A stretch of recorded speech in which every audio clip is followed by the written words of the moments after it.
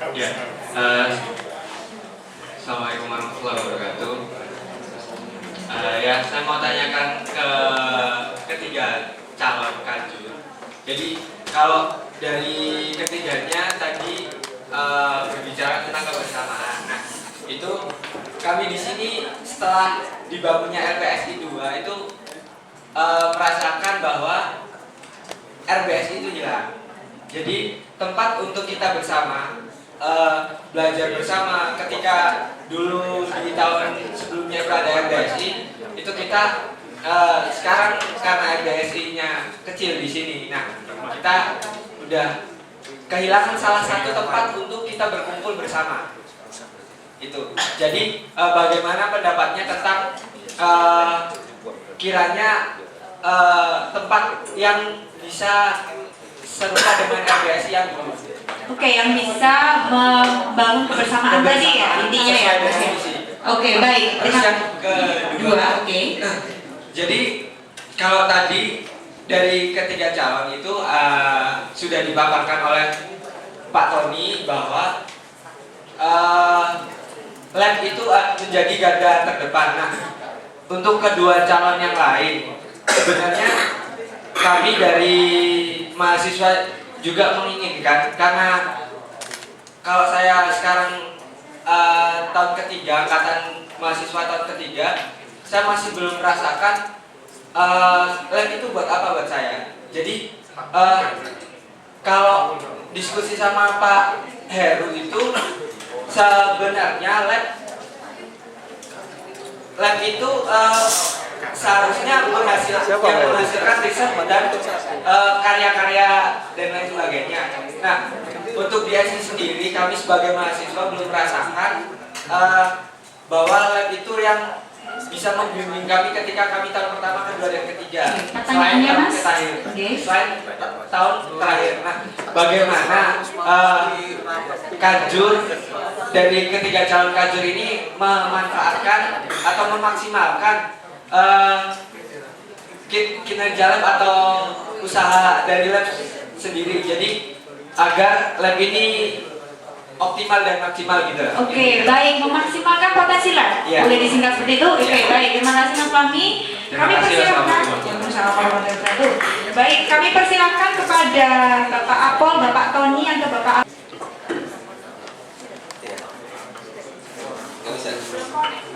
Ya wis, sambil ini ya. Saya lupa ya. Oke, Bapak Bu, saya jawab pertama. Pertama adalah dari pertanyaannya Mas Arif, Pak Arif. Customernya siapa? Gini Pak Bu, saya ibaratkan tuh JSI itu kayak pabrik, tapi pabrik SDM. Jadi kalau kita bahan mentahnya bagus, maka kita ngolahnya mudah, outputnya pasti bagus. Ya, itu kuncinya. Artinya apa? Kalau kita mau bicara target marketnya siapa, maka menurut saya customernya adalah anak-anak SMA yang pintar sebisa mungkin. Ini menurut saya kenapa? Karena kita udah nurunin dari 200 ke 150, sehingga saya sangat concern dengan masalah marketing. Kenapa? Kalau PTN itu bagus, saya udah ngajar di PTS sama saya beberapa dosen di sini selama 10 tahun, 8 tahun di PTS. Itu kalau PTN itu nggak perlu promosi pasti dapat. Masalahnya adalah kalau nggak promosi, yang kita dapat bukan yang terbaik. Maka promosi dibutuhkan agar kita bisa dapat yang terbaik, sehingga kita ngolahnya juga lebih mudah dan mengenhance yang lebih mudah, dan hasilnya nanti akan bisa jadi hasil yang terbaik yang kita hasilkan. Jadi Pak, jawaban yang pertama, target marketnya menurut saya adalah anak SMA atau mungkin anak SMK. Saya tidak mendikotomi SMA SMK karena sejauh ini saya belum membaca sebuah data bahwa SMK IPS itu lebih buruk daripada IPA. Jadi saya bukan termasuk orang yang penganut harus IPA, enggak. Walaupun saya IPA, karena saya membutuhkan critical thinking, saya membutuhkan bukti untuk bisa mengambil sebuah decision bahwa harus IPA. Tapi bahwa IPS faktanya meminta IPA, ya sudah, harus kita laksanakan. Yang kedua, pertanyaan tentang dari Bu Mahendra, bagaimana caranya masing-masing komponen sivitas akademik mengerjakan tanggung jawab yang baik. Pak Bu, ini saya itu sampai bertanya ini waktu MOT di Malaysia, sempat saya tanya, Pak, kalau memimpin sebuah organisasi yang isinya orang-orang pinter, itu gimana sih? Apakah reward punishment itu bisa berjalan atau enggak? Jawabannya adalah sama Pak. Di universitas di Malaysia, reward punishment kalau untuk dosen terutama, itu tidak akan berjalan. Punishment itu nggak akan berjalan. Seperti apa? Sertifikasi dosen dulu WR3 dihentikan, ada satu dosen yang bertanya, Pak, saya nggak apa-apa, nggak ngisi BKD nggak apa-apa, nggak dicairkan juga nggak apa-apa, gitu. Susah, WR3 nggak bisa jawab, ya jangan gitu, akhirnya gitu. Nah, maka yang bisa berjalan adalah sistem dijawab reward and no reward. Reward and no reward adalah bahwa untuk dosen, bahwa kalau Anda itu berprestasi, Anda mengambil pekerjaan-pekerjaan yang tanggung jawab yang dibutuhkan dalam proses bisnis JSI, yang itu bukan tupoksi Bapak Ibu, tapi JSI membutuhkan, maka Bapak Ibu berhak dapat reward, gitu loh. Bapak Ibu berhak dapat reward. Rewardnya bukan berupa bahwa 1 poin remunerasi, enggak. Kalau itu nggak terasa, itu plus apa? Kita carikan caranya. Bapak Ibu berhak dapat reward itu. Entah dalam bentuk uang, entah dalam bentuk sertifikat, entah dalam bentuk training, entah dapat sertifikasi gratis. Kita carikan. Jadi reward harus ada. Orang yang mengambil tanggung jawab sesuatu yang di luar tanggung jawab pokoknya harus dihargai. Orang yang berprestasi harus dihargai. Jadi itu berlaku untuk tendik maupun berlaku untuk dosen. Bapak Ibu, menurut saya bedanya adalah, ini saya menurut pemahaman saya dan dari diskusi beberapa pejabat di ITS, mengapa tendik ini tidak, ini saya share, mungkin saya nanti boleh di-argue sama beberapa kan, tendik itu adalah tendik ITS Pak Bu, gitu. Sehingga ada kemungkinan ada sirkulasi dari jurusan ini kemudian ke jurusan lain. Sementara dosen itu SK-nya dia dosen jurusan atau dosen fakultas. Sehingga agak susah ketika mau sirkulasi dosen ini karena nggak perform dipindah, nggak bisa.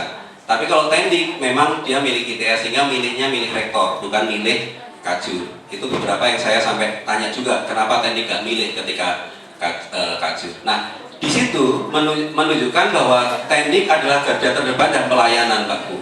Sehingga KPI-nya dosen dan KPI-nya tendik berbeda. SKP dengan BKD-nya dosen berbeda. Dosen pun kalau misalnya BKD nggak terpenuhi, maka dia harus ada no reward-nya yang harus dihilangkan. Begitu. Lalu menjawab pertanyaan, jadi kuncinya adalah 2 Bu Mahendra. Satu adalah reward, sistem reward yang saya yakin itu bisa akan membuat setiap orang masing-masing sivitas itu mengerjakan tanggung jawab baiknya. Yang kedua, yakni sistem kontrol laporan. Bu Mahendra sudah berpengalaman lah dalam manajemen itu menjadi orang yang paling cerewet ya, harus tanya, malu, mangkok, hanya nanyai gimana gitu. Nah, itu yang menurut saya memang harus menjadi kajur, kapodi, sekjur itu harus orang yang nanti mau nggak mau kita harus nanyai. Tapi kalau orang ngejar-ngejar kan harus siap-siap rewardnya kan Bu. Kalau pekerjaan yang di luar itu yang menurut saya harus saya pikirkan reward apa yang harus disiapkan kalau ternyata dia memang perform bagus. Lalu jawaban Pak Bekti, paparan calon lain. Oke. Pak tadi menjawab beberapa yang disampaikan oleh Pak Apo maupun Pak Adis. Alhamdulillah begitu masuk kepada Kaprodi, saya melihat gini loh Pak Bu, apa yang mungkin dikeluhkan Bapak Ibu itu simple, itu nggak simple. Apa yang menurut saya, apa yang ada di tacit knowledge-nya Bu Willy, itu 1 semester nggak akan habis Pak Bu. Disedot tuh nggak akan habis, terlalu banyak kompleks. Sampai Bu Willy lemah seperti itu. Jadi lanjutkan. Artinya apa? Artinya begini Pak Bu. Artinya bahwa antara planning, kita punya problem planning implementation ya. Planning kita punya problem di planning, kita nggak punya perencanaan baik. Yang kedua, implementasi itu lebih kompleks daripada gambaran yang Bapak Ibu mungkin beberapa di antara gambar. Misalnya dulu pernah ada, loh Pak, itu loh ekuivalensi cuma tinggal ganti kode saja beres, loh, tidak sesederhana itu karena ada if then-nya yang terlalu panjang. Nah, ilmu-ilmu tacit knowledge yang selama ini sudah dipegang Bu Wiwi 2 periode, Pak Holil, Pak Ian, Pak Hakim, itu nggak pernah kesimpen. Jadi ketika menurut saya itu kadang-kadang Bu Wiwi sampai negur saya juga dulu harus saya kerjakan Bu, karena nggak ada, saya harus belajar ke siapa, saya harus bertanya begitu. Nah, saya berharap dengan membakukan itu artinya mendokumentasikan. Artinya nanti Mas Nano itu punya tanggung jawab untuk betul-betul menjaga share drive itu, siapa saja harus nyimpan pengetahuannya di situ. Jadi suatu ketika nanti Mas Rio, Mas Aroki pindah JSI, pindah jurusan lain atau prestasinya dinaikkan, kita nggak kelimpungan. Jadi kontrol Pak Bu, dokumentasi. Jadi kita punya kelemahan planning implementation dan itu yang harus dikerjakan. Untuk Fahmi, untuk teman-teman mahasiswa nomor 1 FBSI. RBSI itu muncul, saya tahu sejarahnya waktu itu ngobrol dan kita ada rapat. Kenapa? Pertanyaan saya tadi kok menanggapi paparannya Pak Aris. Oke, ya. Itu tadi menjawab gini Pak. Pak Aris kan mengatakan kebersamaan, gitu. Ya, kebersamaan itu alhamdulillah pun saya sepakat kita harus kebersamaan itu. Kenapa saya bicara action? Actionnya adalah dalam bentuk social room tadi dan macam-macam tadi. Tapi saya percaya Pak Bu bahwa semua harus direncanakan. Semua harus direncanakan. Siapa yang gagal merencanakan maka dia merencanakan untuk gagal. Sebuah keberhasilan peluangnya jauh lebih besar ketika kita merencanakan. Jadi nggak bisa kita nun sewu, bahasa saya dalam prinsip hidup saya nggak bisa just begin. Kalau kita mau sholat tiba-tiba Allahu Akbar gitu, nggak bisa. Baru kemudian oh ya ini tadi sholat zuhur ya, sholat asar gitu. Sejak awal niatan kita mau sholat apa, ini terlalu jauh ya geretnya ya. Harusnya ada perencanaan. Kita mau ngapain? Ya, kita mau ngapain? Karena rencana itu yang akan membuat aras takdir. Gitu. Itu tadi Pak tentang komentarnya Pak Aris. Jadi harus ada perencanaan. Yang kedua tentang tadi Pak Apol Pak tentang lillahi ta'ala dan takdir Allah itu. Insya Allah saya percaya dan saya juga meyakini itu bahwa satu makhluk akan Allah akan mengubah nasib satu kaum apabila kaum itu berusaha untuk mengubahnya. Dan ikhtiar itu yang harus kita wujudkan dalam bentuk perencanaan dan implementasi. Gitu. Itu jawaban saya untuk komentar itu. Untuk Fahmi, RBSI hilang. Fahmi dan teman-teman, RBSI hilang karena bentuk kita kebutuhan lab dan saat lab dan kemudian kita masih mempermasalahkan, masih mengupayakan hak kita di gedung IF gitu. Cita-cita kita nggak selamanya ada di sini. Cita-cita kita harusnya ada. Saya tidak bisa menjanjikan itu terlalu besar. Tapi yang bisa dilakukan dengan Pak Arif ada di WR3 dan mungkin dengan nanti ada Kajur dan tim yang kuat di sini, harusnya kita bisa masuk bermain di level ring 1 untuk terus menanyakan bagaimana gedung SI yang ada di FTF. Kalau kita bisa bikin di sana, maka RBSI akan ada jangka panjang. Saat ini kita nggak ada ruangan lagi, maka kalau untuk kebersamaan solusinya adalah saya berpikir tentang tamanisasi tadi. Harus ada lokasi yang menjadi tempat, walaupun kita punya di situ ya, tapi kita perlu satu tempat yang kondusif untuk tempat mengumpul gitu. Jadi kita bikin satu tempat yang itu di ruang terbuka tapi tertutup yang lebih kondusif untuk dan disepakati untuk tempat berkumpul dan berinteraksi teman-teman gitu. Nah, jadi itu untuk RBSI. Yang kedua adalah tentang lab. Saya sepakat, itu keprihatinan saya dan saya. Lab itu bukan pekerjaan administratif sehingga teman-teman hanya berurusan dengan lab kalau mau TA. Enggak. Lab itu nyawanya perguruan tinggi. Jadi kalau ada mahasiswa baru yang dia dapat apa? Lab itu harusnya bikin simposium Bapak Ibu. Kalau Bapak Ibu yang di luar negeri tahu, lab itu harusnya bikin simposium. Jadi kalau di situ lagi ada DSS, ada expertnya siapa, dia bikin semacam seminar kecil ya, yang mungkin dihadiri hanya itu, terus kemudian jadi simposium, dia bikin networking, dia bikin riset, bahkan dia ada tim kompetisi-kompetisi itu dasarnya dari lab itu. Jadi Bapak Ibu termasuk proyek-proyek itu yang menjadi nyawanya lab. Jadi saya sepakat bahwa lab belum terasa manfaatnya dan saya menginginkan bahwa lab itu harus menjadi garda terdepan untuk penelitian. Parameternya adalah pemimpin lab haruslah orang yang dia senang riset dan dia bisa membawa semua anggota riset itu ke arah riset yang menjadi roadmap dari lab itu. Gitu. Jadi semua orang harus terinspirasi oleh Kaleb itu bahwa yuk kita riset ke sana. Gitu. Oleh karena itu menjadi Kaleb non sewu dalam hal strategi ini menjadi tuntutan yang tidak mudah, tetapi itu juga strategi yang diambil oleh ITS. Sehingga harapannya mahasiswa pun terinspirasi oleh ide-ide riset di lab. Gitu ya. Makasih. Bisa dilanjutkan Pak kepada Pak Aris sama Mbak. Pertanyaan ke lab ya? Oke, yang ini jawabannya. Hanya nomor ini sepertinya yang lab saja. Tanya tentang lab. Oke, ke depan lab perlu memantapkan tradisi penelitian plus pengabdian masyarakat menyatu dengan BKD.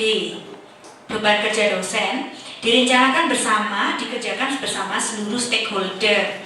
Mahasiswa juga termasuk stakeholder. Ya. Oke, nanti kalau ada jawaban lagi nanti kami komunikasikan. Ini baru yang lain. Terima kasih pertanyaan, 4 pertanyaan. Pertanyaannya bagus, cuma masalahnya saya tuh tidak cukup cerdas untuk menjawab ini seketika. Saya butuh waktu 1 hari, 2 hari untuk mencari jawaban yang pas. Untungnya saya menjawab terakhir. Untungnya. Jadi saya tinggal merangkum. Jawaban Pak Aris, terutama Pak Tony, good. Ya, itulah sebenarnya jawaban terakhir. Saya tinggal menambahkan, saya tambahkan ini sedikit ya. Kenapa? Karena saya butuh waktu untuk memberikan jawaban yang agak bagus. Oke, saya nomor 1. Customer SI siapa? Pak Arif ya. Saya merenung dari tadi bicara, saya baru mencerna jawaban untuk nomor 1 saja. 2, 3, 4 masih awang-awang. Siapa customernya? Jawaban saya adalah seluruh keluarga Indonesia. Kenapa demikian? Kita tidak bisa memisahkan anak-anak kita, saudara kita, ponaan sebagai individu sendiri. Di belakangnya pasti ada keluarga yang akan mensupport, tempat berkeluh kesah, mungkin nanti menjadi cita-cita keluarga dan seterusnya. Jadi siapa stakeholdernya, siapa customernya? Seluruh keluarga Indonesia. Cita-cita keluarga, keinginan keluarga. Oke, itu jadi plus yang tadi disampaikan Pak Tony. Saya tidak memformulasikan ya. SMK punya bapak ibu, punya adik, punya kakak, punya nenek. Ya dulu saya waktu mau sekolah S1 saya di elektro, kakek saya bilang, "Le, masuk mana?" Elektro, Kum. Saya manggil kakek saya Kakuk. Oh bagus Le, nanti ke PLN atau ke Telkom. Ya, jadi saya tidak bisa bilang customer saya Apple sendiri waktu itu jurusan elektro, tetapi juga kakek saya. Oke, topnya nomor 1. Nomor 2. Caranya supaya sivitas dapat melaksanakan. Bumahi. Setiap kita kita mengerjakan tanggung jawab dengan baik. Oke, bagi saya yang perlu dilakukan sekarang itu adalah, kalau saya rangkum dengan 2 kata saja, maka yang dibutuhkan adalah komunikasi dan koordinasi. Komunikasi apa? Kamu kerja ini, iya saya kerjakan. Kapan selesai? Besok selesai. Ya, selama ini itu tidak ada. Jadi saya merangkum dari seluruh tadi dijawab Pak Tony plus komunikasi atau koordinasi sesuai dengan poster saya. Jadi mostly yang akan saya kerjakan nomor 1 adalah koordinasi komunikasi. Yang lain-lainnya nanti akan mengikuti. Ya, karena detail teknis itu sifatnya operasional dan situasional. Saya tidak bisa bilang nanti kalau ini tidak sesuai Anda pecat. Tiba ada SK atau ada peraturan presiden, tidak bisa dipecat. Ya, jadi saya simpulkan seluruh jawaban Pak Tony plus komunikasi koordinasi. Seperti paparan calon yang lain. Sudah. Nomor 3.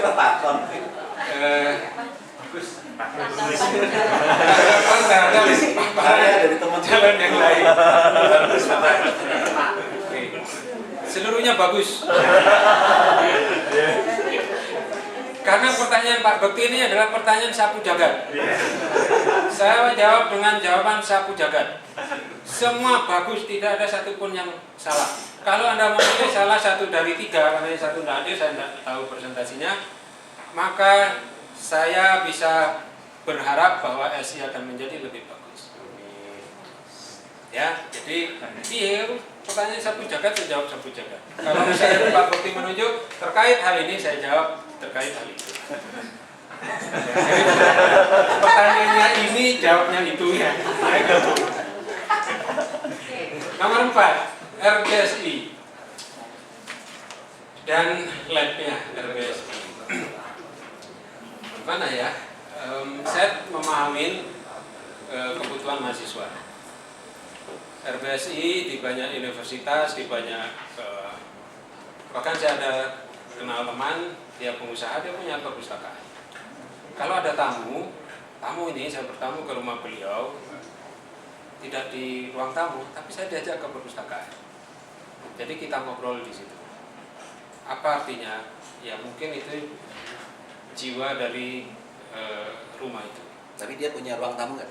Dia punya ruang tamu. Karena rumahnya di Araya, luas tanahnya 1.500 meter. Tambah, bro. Jadi beliau punya ruang tamu, dia punya ruang perpustakaan. Jadi kalau Mas Fahmi ya nanyakan kebutuhan RBSI, ya kita butuh. Cuma karena berbagai keterbatasan kemudian menjadi transformasi kayak sekarang. Mungkin itu ya, kalau Pak harus disiapkan, saya tidak bisa menjanjikan. Kenapa? Karena kita terbentur batasan-batasan. Tapi saya sangat menyadari kebutuhan mahasiswa. Yang saya gambarkan tadi, bahkan teman saya itu menjadikan perpustakaan sebagai inti dari keluarga beliau. Artinya apa? Ayo belajar di ilmu dan seterusnya, gitu ya. Pertanyaan berikutnya, lab. Lab ini memang ujung tombak. Saya sepakat dengan Pak Tony.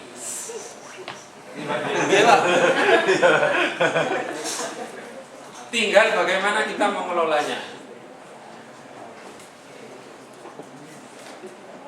Mengelola itu bahasa Inggrisnya manage. Iya. Karena saya sekolah vokal terus. Bahasa Inggrisnya manage, mengelola. Bagaimana mengelolanya? Balik lagi ke tadi, situasional. Tetapi harus dioptimalkan dengan segala opportunity yang ada. Opportunity terbaik yang mungkin. Kalau kondisinya kayak sekarang, mungkin itu adalah solusi terbaik atau opportunity terbaik yang ada sekarang. Saya tidak tahu opportunity yang terbaik nanti akan seperti apa. Kenapa begitu? Ya, karena kabarnya kita menjadi PTNBH. Saya tidak tahu strukturnya bagaimana, posisi lab yang akan dibaru itu seperti mana. Sehingga dalam konteks pengelolaan saya tidak bisa mengelola sesuatu yang tidak di tangan saya. Dalam konsep manajemen, sekolah saya manajemen, kita bisa mengelola kalau sesuatu itu ada di tangan. Sumber daya yang bisa kita kelola adalah sumber daya yang sudah ada di tangan dan di dalam penguasaan. Hal-hal yang tidak di luar tangan, yang tidak di tangan dan di luar penguasaan kita tidak bisa kelola. Jadi terkait dengan lab ini isunya besar, tapi saya sangat setuju dengan Pak Tony ini. Ya, cuma mungkin yang perlu dikelola adalah pengelolaan. Pengelolaannya mana? Nah itu yang perlu didetailkan. Apa problemnya? Apakah harus sebagai garda terdepan dari riset? Oke, kita kelola, kita ciptakan sistem, kita ciptakan cara, mekanisme dan lain-lain supaya menjadi garda terdepan. Butuh dana? Oke, kalau targetnya itu dananya gimana? Dan seterusnya. Sudah ya? Nomor 5. Oke, terima kasih. Saya kembalikan kepada Baik, dan mohon dijawab. Sementara untuk Pak Aris, ada tambahan jawaban. Jadi kalau tadi jawaban untuk pertanyaan tentang lab, yang ini ya lab juga, gitu ya jawabannya dalam rangka melibatkan mahasiswa dengan lab. dapat dilakukan sejak dini. Sebagai contoh, mahasiswa wali saya suruh nulis apa rencana PKN mereka. Walau belum milih lab, mahasiswa baru sudah saya minta untuk nulis lab apa yang diinginkan. Tuh, jadi ini menjawab untuk yang lab, menjawab pertanyaan Mas Fahmi. Mungkin ini belum ada jawaban dari pertanyaan yang lain nih Pak, jadi bisa saya proses ke sesi berikutnya ya. Jadi ada waktu, kita sedikit waktu untuk sesi berikutnya, 2 pertanyaan. Mungkin kita batasi 2 pertanyaan. Ya, dari Pak Holil, silakan Pak langsung pertanyaannya.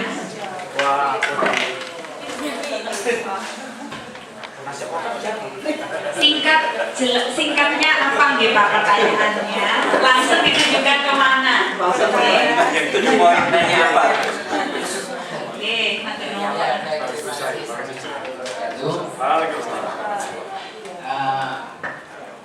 Anu aja supaya ikut berpartisipasi gitu ya, nonton tanya gitu ya. Tidak ada disingkat kok masih. Lucu loh. Tidak apa-apa, kan yang harus lucu tadi pertama. Baik, jadi ini untuk kesemuanya, saya sudah dengerin daripada apa yang dibicarakan tadi. Begini, semuanya punya kesibukan ya. Paling teman-teman ini kan dua-duanya pada sibuk, di sini punya perusahaan, di sini presiden, resiko segala macam gitu. Segala macam itu kan gitu. Cuman di tes ini kan juga punya aturan yang posisinya kalau kita di Gajur ini tentunya adalah yang paling bawah. Artinya kita tidak bisa mudah-mudah itu gitu ya. Artinya kita mesti harus terima nih. Ono PO nih, PO itu aturan pembayaran harus gini, cita-citanya tinggi segala macam bisa oke gitu kan. Cuman ketika ada PO, kenyataannya kita harus ikutin kan, nggak boleh keluar daripada itu. Nah, yang mau saya tanyakan adalah bagaimana peran nanti kalau Bapak di antaranya ini kepilih untuk menjadi Gajur, ya kan? Termasuk bagaimana ya kan memisahkan gitu ya, yang menjadi kepentingan ya kan, mau presiden Sindo terus mau perusahaan ya kan, itu seperti kayak apa? Karena jangan sampai apapun ya kan, ketika itu menjadi amanah, ketika bilang amanah itu kan juga berarti nomor 1, walaupun sana juga amanah juga, karena tidak bisa di nomor 2 kan, semuanya harus nomor 1. Nah, cuman bagaimana itu bisa dilakukan oleh bapak kalau jadi Gajur. Terima kasih. Dari pertanyaannya adalah peran Gajur memisahkan kepentingan jurusan dengan amanah-amanah yang lain mungkin ya. Ya, termasuk peran Gajur untuk PO keuangan. Untuk PO juga ya ada 2 berarti terkait dengan amanah dan PO. Dia ada keterbatasan di PO. Mantan, ada satu lagi pertanyaan Bu dan bukan, cuma mau klarifikasi sudah bukan PO tapi SBML dan SBM. baik ya SBML. PO-nya udah nggak ada. Oke baik, nanti mungkin dijelaskan oleh Bu Hendra SBML dan SBM itu apa. Mantan, saya hubungi Pak Hermono mungkin ya singkat ya Pak. Soalnya PO no nyarinya kan. Saya ingin menanggapi tentang Pak Tony. Tadi saya lihat visi-visi Pak Tony itu terlalu wah untuk kita dengarkan ya. Saya ingat bahwasanya JRC itu akan menjadi terkenal di Indonesia, terbaik lah, bersama yang terkemuka di Asia.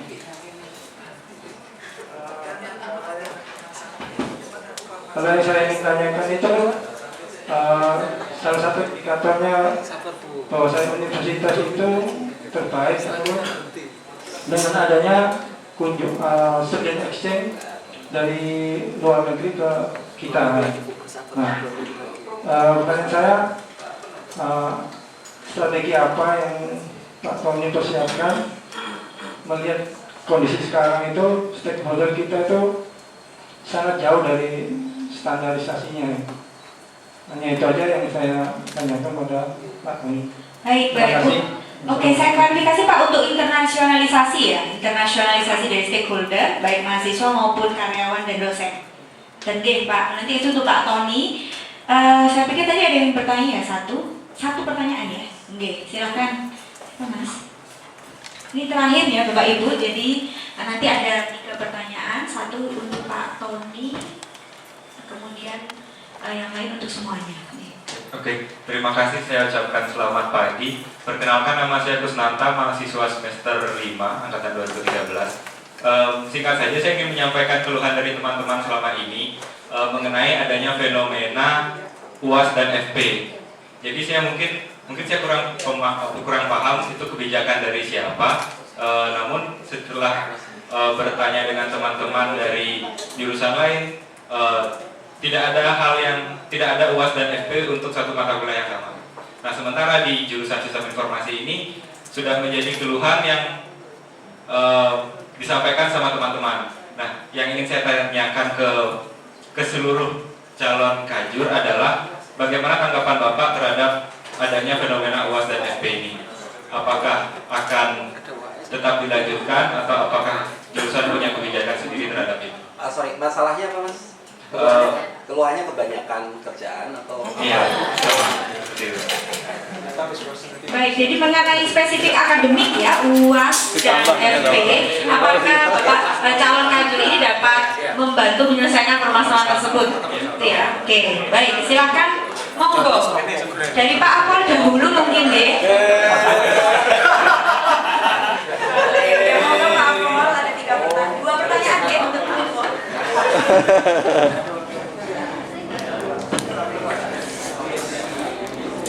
Terima kasih Mbak Nisa. Nomor 1 memisahkan kepentingan.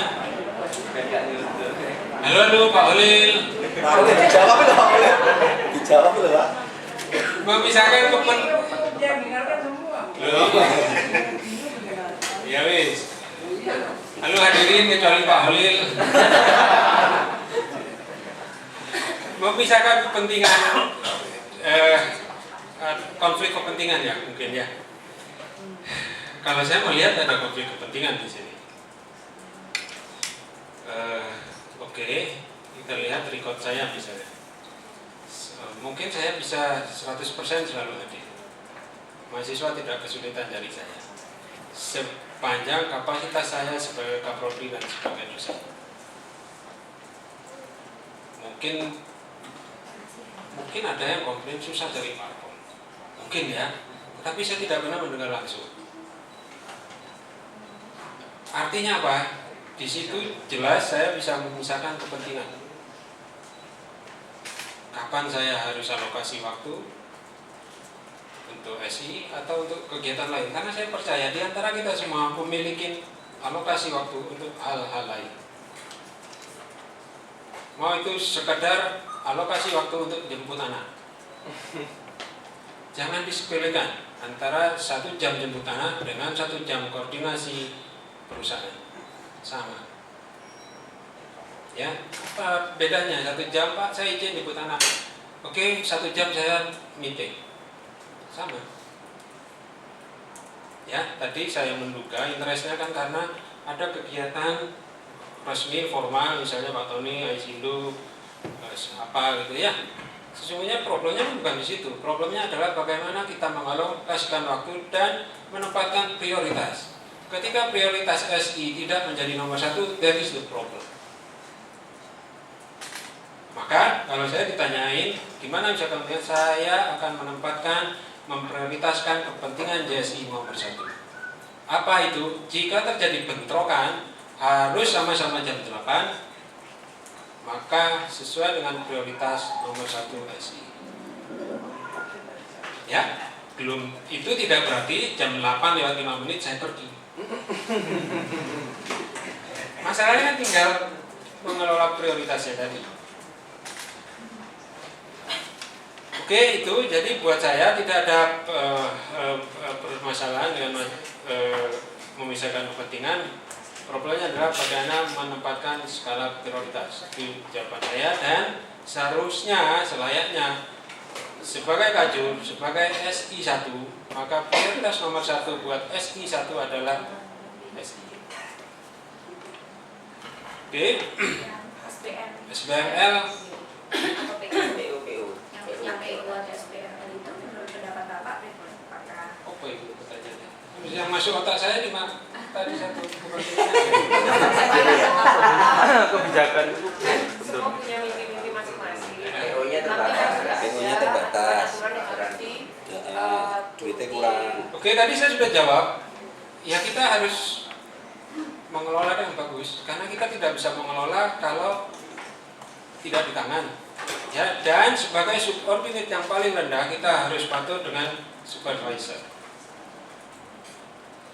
Ya, kalau bos high level bos, highest level bos bilang A, maka dalam sepanjang sejarah tidak bisa pasukan di lapangan bilang B. Karena di situ ada apa ya? Kata-kata bijak. Mahasiswa sama dosen pasti menang dosennya. Anak buah dengan bos pasti menang bosnya. Jadi dalam hal ini kita harus ikut bos. Ya, take it or leave it. Karena Anda bos. Kalau Anda ingin jadi bos, pindah tempat lain jadilah bos di situ, maka Anda bisa membuat peraturan Anda sendiri. Oke, itu ya yang SPML. Jadi seperti saya bilang tadi, saya tidak bisa bikin proper segala macam. Kenapa? Dari tes dan juklaknya sekarang belum jelas. Saya mendengar terakhir bisa-bisa kaprodi tidak ada. Balik lagi ke anjur sekjur top. Tapi ya aku akan mendescribe tugasnya kaprodi ini tidak bisa. Susah ya. Yang kedua Pak, mengenai UAS dan FP. Oke. UAS dan para konsep. Dosen lebih benar daripada mahasiswa.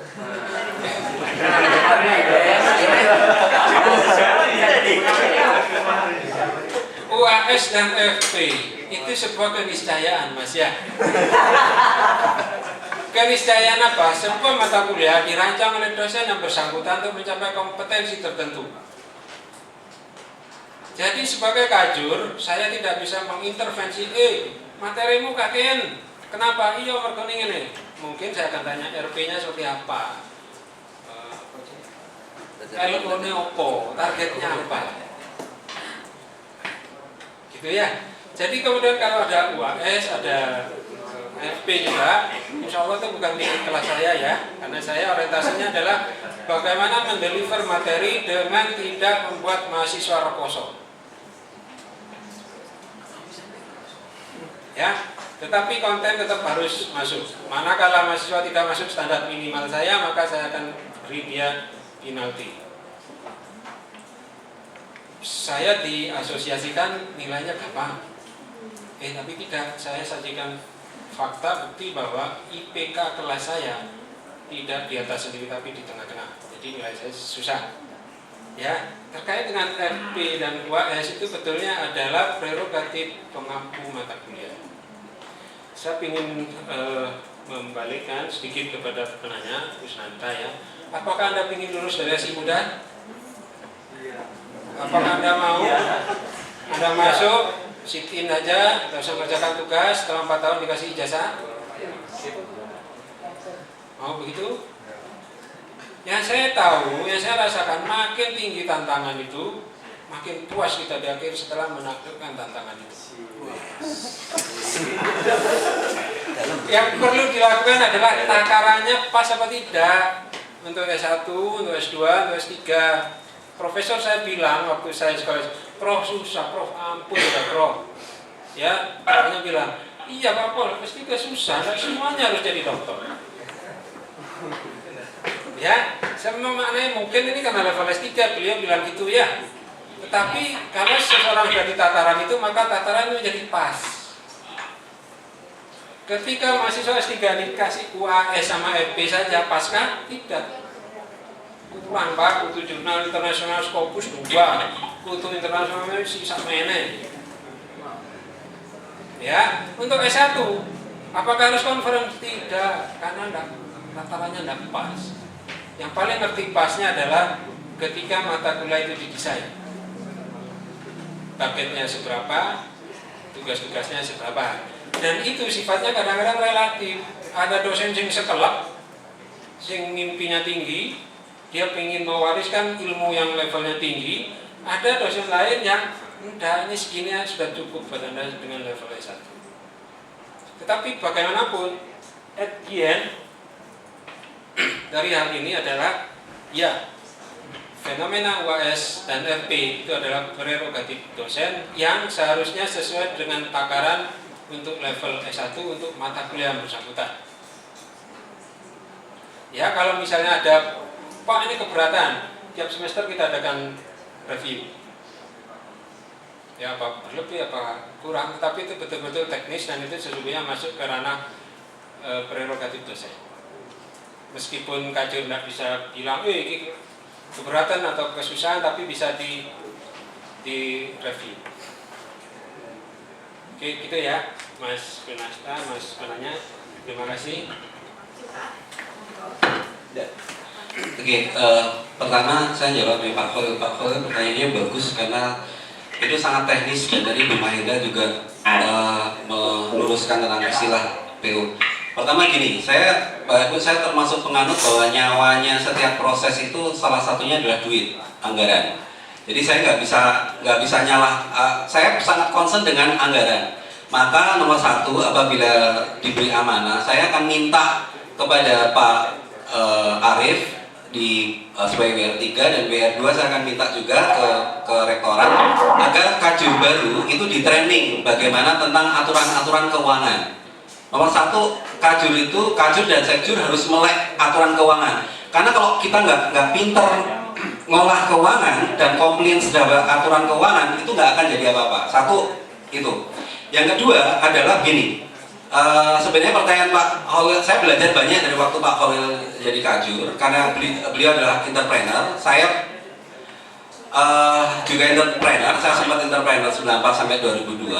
Artinya yang beberapa koreksi yang saya lakukan adalah begini, kalau kita ngolah duit itu bukan hitungannya bukan 1-0, bukan seperti digital 1-0, kalau nggak ada duitnya program nggak jalan, nggak seperti itu. Kalau kita terbiasa enak kok, PTN itu enak, PTN itu dikasih duit untuk menghabiskan. Tapi kalau kita mindsetnya adalah entrepreneur, duit itu mestinya harus bisa menghasilkan, duit itu adalah modal. Maka yang saya percayai sampai saat ini, nomor satu, antara kajur dengan sekjur itu harus ada dua fungsi keuangan yang berbeda. Pertama, dalam manajemen keuangan itu ada namanya budgeting sama accounting. Nah, fungsi budgeting itu adalah pengalokasian anggaran. Accounting itu adalah transaksinya, pencatatan transaksi. Pencatatan transaksi atau accounting itu menjadi tanggung jawabnya sekjur dalam desain saya. Budgeting, policy, keuangan itu menjadi tanggung jawabnya kajur. Nah, dalam hal ini saya penganut strategi modal berjalan. Kalau saya punya duit, contoh saya tahu exactly anggaran jurusan berapa. Duit kita nggak cukup, misalnya duit kita 1,4 misalnya nih, dipakai gaji 800, kita sisa 600 misalnya, nggak cukup. Maka saya penganut gini, uang itu adalah modal dan kita punya kesempatan. Nanti Bu Mahi boleh ngasih tambahan ya. Strategi saya adalah kita memungkinkan untuk nanti melakukan perubahan. Kalau skala prioritasnya ada program yang penting dan itu strategis, saya akan gunakan anggaran itu di depan. Ada kemungkinan kalau memang itu sangat urgent, saya akan gunakan itu, kemudian saya akan mencari revenue generator. Gitu.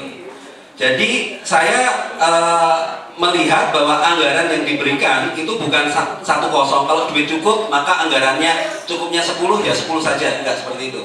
Kalau programnya itu bagus, ternyata kita butuh 15, butuh tambahan 5, maka mikirnya gimana 5 itu bisa berjalan. Mungkin caranya begini, 5 itu tidak kita alokasikan di semester pertama, tapi semester kita bagi, semester 1, semester 2. Sehingga duit yang saya pakai di awal itu bisa memberikan income di berikutnya. Oke, saya tahu nanti ada masalah compliance, aturan dan lain-lain. Saya nggak akan bahas detail tentang itu. Yang pasti adalah terkait dengan keuangan, saya termasuk yang disiplin untuk pemisahan anggaran, dana operasional dan dana pengembangan. Gitu ya. Saya nggak akan buka, Bapak Ibu udah tahu setiap jurusan punya keuangan tersendiri untuk pengembangan. Nah ini kalau yang untuk pengembangan dia tidak boleh dihabiskan untuk operasional. Operasional adalah dana operasional. Pengembangan dia harus berjalan terus dan selalu berkembang. dan itu harus dinikmati dalam bentuk pengembangan, bukan dalam bentuk saya bukan piknik, bukan Pak Bu. Pengembangan piknik harus ada dana sendiri, pengembangan dana pengembangan sendiri. Jadi itu. Lalu tentang memisahkan kepentingan Pak Bu, bagi saya begini Pak Bu, nggak harus dibedakan karena semuanya bisa sinergis. Contoh, saya dulu pernah dapat feedback menarik dari Pak Bambang ya, Pak Bambang Setiawan ngasih feedback, Pak kok belum pernah ada rapat khusus membahas, mensosialisasikan sebenarnya AISINDO sama JSI itu sinergisnya gimana. Komentar dan masukan itu iya ya, kenapa dulu padahal didirikan oleh 10 dosen JSI, nama yayasannya juga yang bikin kita, sekretariatnya juga kita, bahkan kita membuat itu dalam rangka aset strategiknya kita. Saya kemarin diundang jadi dosen tamu di Undip Pak Bu, di program Pascasarjana, direkturnya SI, ya di bagian SI juga mereka bilang ada profesor, saya lupa, 2 orang mengatakan, Pak, dulu AIS Indonesia itu seharusnya kami yang mendirikan. Kami sudah mengundang AIS dunia untuk pembicara, tapi Bapak JSITS sudah mengundang presidennya, sehingga akhirnya yang berdiri di sana. Saya sampai dia berkali-kali bilang ke kami, artinya apa? Undip itu sudah ngincer untuk ngambil itu. UI, Pak Nizar itu sudah ngincer, ya. Nah, cuman saya tahu ada komunikasi yang harus dilakukan. Makanya tadi harus ada rapat bagaimana AISINDO itu sebenarnya adalah strategic asetnya SI agar apa? Siapapun yang mau kerjasama dengan 800 School of Information System di Indonesia, itu pintu masuknya harus masuk ke SITS. Itu bendera kita. Gitu. Itu kenapa nanti kita punya kedatangan Presiden AIS dunia, kita akan bisa minta Mas Ari bisa konfirmasi jurnalnya, begitu kita isiku, kita apply untuk jurnal terakreditasi, kita memakai, oh ya, karena ini ada AIS, ini ada Presiden, maka jauh lebih mudah. Itu yang saya katakan strategic asset. Kita memanfaatkan dalam tanda petik AIS Indonesia. Makanya kita jaga agar AIS itu sekretariatnya hosted selalu ada di JSI. Nah, jadi saya selalu percaya Pak bahwa itu bisa sinergis selama desainnya memang sinergis. Dan yang kedua, saya penganut bahwa kinerja itu based on result Pak Bu. Based on result. Jadi maksudnya begini, saya tahu ada beberapa hal yang harus dipenuhi. Tapi yang terpenting saya lihat, Bapak KPI-nya tercapai enggak? Kalau KPI-nya tercapai, ya sudah, Bapak sudah selama tidak ada keluhan, tidak ini Bapak oke. Nah itu dalam bagaimana pola saya mensikapi tentang kepentingan tadi. Pertanyaan Pak Hermono tentang visi. Pak Her, jadi kalau visi itu memang harus dilempar jauh ke atas Pak, gitu ya. Karena visi itu mimpi. Visi itu adalah sesuatu yang kalau kita kejar, harapannya harusnya harus kecapai. Tapi visi memang harus menjadi sesuatu yang tinggi. Maka memang visi harus far, gitu ya. Yang terpenting adalah visi itu harus terukur Pak, saya setuju. Makanya tadi saya katakan kalau terbaik di Indonesia parameternya apa, terkemuka di ASEAN parameternya apa, tadi saya sampaikan di slide saya. Strateginya gimana Pak? Strateginya satu, saya itu sangat impress dengan Bu Iin, dengan Bu Reni dan teman-teman, dengan Pak Radit yang kemarin bisa stand up comedy di hadapan expert dari USA, seriously sampai diundang ke warung kopi ya. Jadi artinya yang mereka lakukan dalam beberapa bulan itu sudah mengundang expert dari internasional dan expose internasional itu sudah dirasakan. Saya senang lihat Mas Rano, Mas Aroki, Mas Rio itu ngobrol sama mahasiswa internasional yang mana Afrika itu di ruang TU itu. Saya dengerin aja seneng gitu. Pakai bahasa Indonesia itu. Enggak, saya dengerin pakai bahasa Afrika malah. Jadi artinya apa? Saya melihat TU kita itu sudah terbiasa bahasa asing gitu. Dan Inggrisnya bagus. Teman-teman Inggrisnya bagus. Sekarang Mbak Yasna sudah ke Thailand. Teman-teman sudah pengalaman. Jadi artinya target saya adalah bahwa Inggris itu bukan hal yang spesial, hal yang biasa. Maka sebanyak mungkin saya mensupport teman-teman yang punya network apapun, kita undang untuk gimana caranya mereka datang ke sini, biar expose-nya lebih banyak. Termasuk ada program kayak homestay. Mudah-mudahan kalau nanti teman-teman searching, saya punya namanya Indonesia Homestay Network. Saya pengen teman-teman mahasiswa SI itu nanti menjadi host. Kalau oke, kita bisa undang orang-orang Australia, orang-orang dari negara lain untuk apa mereka selama di sini tinggal di Surabaya, tinggal di teman-teman, kemudian suasana kita lebih internasional.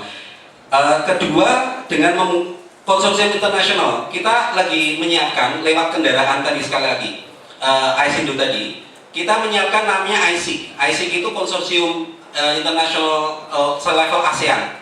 Nanti anggotanya adalah prodi-prodi SI 10 negara ASEAN. Harapannya dengan seperti itu adalah bahwa nanti kita punya network 10 AS di 10 negara. Coach Nanta, tentang UAS dan final project. Jadi itu adalah desain pembelajaran, gitu ya. Kalau desain pembelajaran di jurusan lain nggak ada atau di satu jurusan nggak ada, itu tergantung dari desain kita. Karena kita percaya selama ini RP-nya, rencana pembelajaran, bahwa dengan UAS dan dengan final project itu hasilnya lebih baik. Maka selama teman-teman kita akan melakukan evaluasi bahwa kalau ternyata hasilnya jelek, maka berarti mungkin akan kita ubah. Tapi kalau hasilnya baik, kita akan tetap jaga. Contoh, kemarin saya baru aja ada alumni datang ke saya.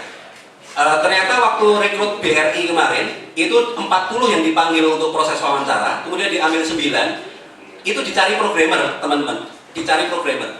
Diambil 9 orang, 6 orang itu dari informatika, 3 orang itu dari sistem informasi, dicari programmer.